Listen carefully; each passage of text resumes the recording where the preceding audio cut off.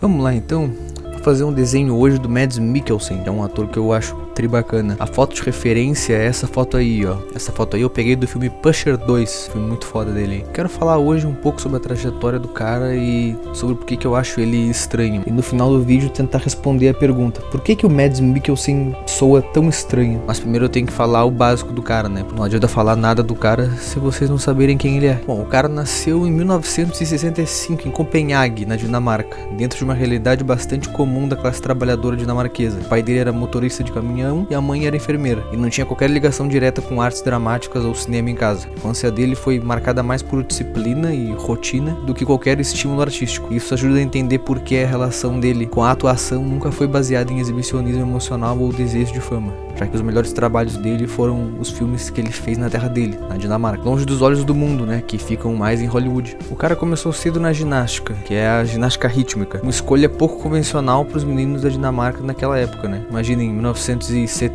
o cara entrando pra ginástica rítmica. Imagina como é que não foi a recepção do cara. E o treinamento também não tinha nada de performático no sentido artístico, era rigoroso, repetitivo e extremamente técnico. A ginástica desenvolveu nele uma consciência corporal muito refinada. É visível nos filmes como que ele age baseado no corpo e não na face ou na fala. Na adolescência, ali no início da vida adulta, ele migrou da ginástica para a dança, e ali ele ficou por uns 10 anos. Aí ele se formou como dançarino e trabalhou profissionalmente em companhias e produções de teatro físico e musical. Aí nesse período ele não tinha qualquer intenção de se tornar ator de cinema, na verdade. A dança para ele era uma forma de narrativa sem palavra, baseada em ritmo, pausa, deslocamento, espaçamento. Essa fase é fundamental para entender por que mesmo hoje os personagens dele parecem ocupar o quadro de forma estranha. Os personagens dele parecem que são muito estranhos. Até quando ele tá parado. Por algum motivo, quando ele tá parado em cena, são estranhos. Ele age muito mais no corporal do que na fala. Só que com o passar do tempo, o cara foi cansando, meu. Porque, assim, existe uma limitação física na carreira de dançarino, né? E aí isso começou a pesar. Isso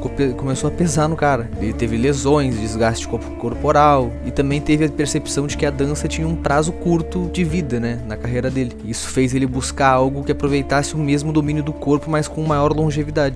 Foi nesse momento que a atuação entrou na vida dele não como uma ruptura, né? Mas como uma continuação natural do que ele já vinha fazendo. Ele ingressou na escola de teatro de Aarhus e se formou em 1996. Ele já tinha um corpo treinado, disciplinado e expressivo, uma coisa que muitos atores só desenvolvem depois de anos de carreira. E ele já tinha por causa da vida dele na ginástica e na dança, né? Assim que ele saiu, recém-formado da escola, ele já foi fazer o primeiro trabalho dele, que foi o Pusher, que é um filmaço, que é até considerado um filme cult dinamarquês. Só que ele ainda carregava muito mais a bagagem de dançarino do que de ator de cinema. O papel dele, Tony, não era o protagonista. Esse espaço era do Frank, que era interpretado pelo Kim Bodnia, que também é outro puta ator foda. Mas desde as primeiras cenas ficava claro que tinha algo diferente ali. Tony era impulsivo, violento, infantil e ao mesmo tempo era perigoso, e o Mads não tentava deixar ele carismático. E isso fazia o personagem parecer real, desconfortável, alguém que a gente olha na rua e prefere evitar.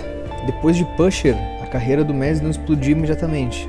Ele seguiu trabalhando no cinema e na televisão dinamarquesa, muitas vezes em papéis bem diferentes do de Tony, inclusive até personagens mais leves e até mais cômicos. Durante esse período, o Nicolas Winding Refn, que é o diretor de Pusher, passou por altos e baixos, e a ideia de voltar ao universo de Pusher não era óbvia nem garantida. Então, Pusher era um filme feito para ser único, com fechamento nele mesmo, sem nenhuma sequência. Quando Refn decidiu voltar àquele universo anos depois, ele fez uma escolha decisiva. Em vez de continuar a história do Frank, do primeiro filme, ele resolveu focar justamente no personagem mais quebrado do primeiro filme. Pusher 2 nasce dessa ideia de olhar para alguém que no primeiro longa era quase um coadjuvante incômodo e perguntar o que acontece quando esse tipo de pessoa vira o centro da narrativa. E aí, nesse intervalo entre os filmes, o Mads tinha amadurecido muito como ator, mas sem perder a crueza que tinha marcado com a sua estreia. Em Pusher 2 de 2004, lançado 8 anos depois do primeiro Pusher, Mads retorna como Tony completamente transformado, não no sentido de evolução, mas de aprofundamento. O personagem agora carrega o peso de uma vida fracassada, a humilhação constante e a tentativa desesperada de ser reconhecido principalmente pelo pai. A câmera cola no corpo dele, e Mads sustenta isso ao recorrer do filme inteiro, sem grandes explosões emocionais. Tudo tá nos ombros caídos, no andar pesado, na forma como ele ocupa o espaço, como alguém que nunca pertence totalmente a lugar algum. Depois Depois de Pusher 2, a carreira do Mads Mikkelsen entrou numa fase de expansão rápida, assim, mas curiosamente sem nenhuma ruptura com a identidade que ele tinha construído. Diferente do resto dos atores europeus que, quando ganham destaque, tentam se adaptar ao molde hollywoodiano, Mads fez o caminho inverso. Ele levou o estranhamento dele junto com ele. Nos anos seguintes, ele se tornou um dos nomes mais fortes do cinema dinamarquês, trabalhando repetidamente com diretores como Thomas Vinterberg. E a entrada dele em Hollywood foi feita de forma gradual e estratégica.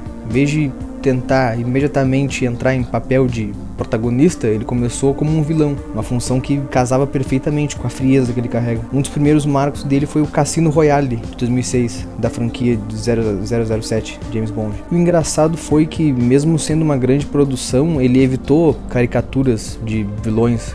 O vilão dele era assustador justamente pela calma, pela frieza, por ser silencioso, por ser frágil. Então, cara, ele ficou nessa alternância entre atuar em Hollywood e na Dinamarca. E sinceramente, os melhores filmes dele são da Dinamarca. E é nesse contexto que surge o melhor filme da carreira dele, cara. Que pra mim é o melhor filme da carreira dele, que é A Caçada, de 2012. Cara, esse filme é... Cara, vou ler a sinopse dele pra vocês. É uma premissa simples. Lucas, um professor de educação infantil em uma pequena comunidade, é falsamente acusado de abuso infantil. A acusação nasce de um mal entendido, mas se espalha como uma infecção social. Não vou falar mais nada. O resto aí vocês vão ver aí no filme. Vão assistir aí, porque esse filme aí é pedrada. E na minha opinião, a atuação do Mads em A Caçada é o ápice da economia expressiva. O Lucas é um cara gentil, comum, controlado, e o Mads faz questão de não tornar ele imediatamente simpático ou heróico. Ele interpreta a injustiça não como um espetáculo, ele não faz alarde, mas sim como um desgaste contínuo. O personagem tenta manter a compostura e a dignidade enquanto tudo vai desabando na vida dele. Enfim, não vou falar mais sobre o filme, vou deixar que vocês assistam ele.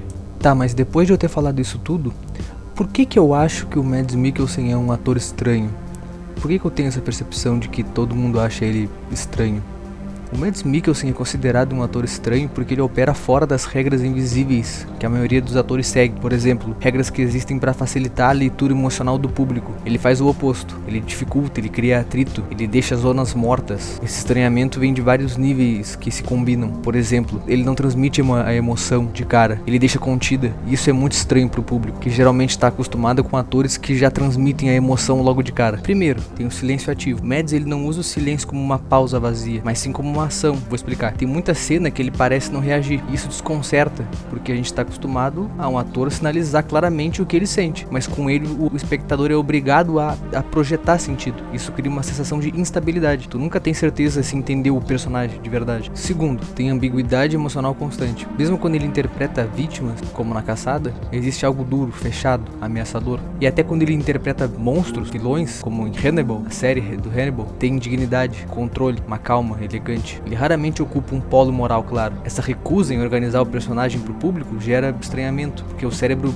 busca rótulos rápidos e não acha. A gente quer rotular o personagem como bom ou mal, a gente não consegue rotular o personagem na hora, diretamente. Terceiro, ele também usa o corpo de forma antinatural. Isso vem diretamente da ginástica e da dança que ele fez no passado. Mads não se move de forma casual. Ele anda, senta e se posiciona como se cada gesto tivesse um peso simbólico. Às vezes ele parece rígido demais, outras vezes ele parece fluido demais. Nos dois casos, ele foge do naturalismo relaxado que Hollywood costuma valorizar, que dá a impressão de algo levemente fora do lugar. Quarto, a expressão facial mínima reforça isso. O cara não tem expressão facial, meu. O cara não tem. Tu olha pra ele, ele tá sempre com a mesma expressão. Ele tá sempre com a mesma expressão. Isso faz com que ele parece frio, distante, quando na verdade tá trabalhando num nível muito fino de controle. Talvez tu até pense que ele não esteja atuando. Quinto e último item. Por fim, tem a ausência de vaidade emocional. O que acontece? Tem muito ator que busca momento de catarse, momento de essa cena eu vou usar pra ganhar o Oscar. Cena de Oscar, explosão visível de sofrimento ou fúria. Mads frequentemente recusa isso. Quando a explosão vem, ela é tardia, seca e desconfortável. É desconfortável, é contida nela mesma. Ele não quer que tu admire a performance, ele quer que tu sinta atenção. Em resumo,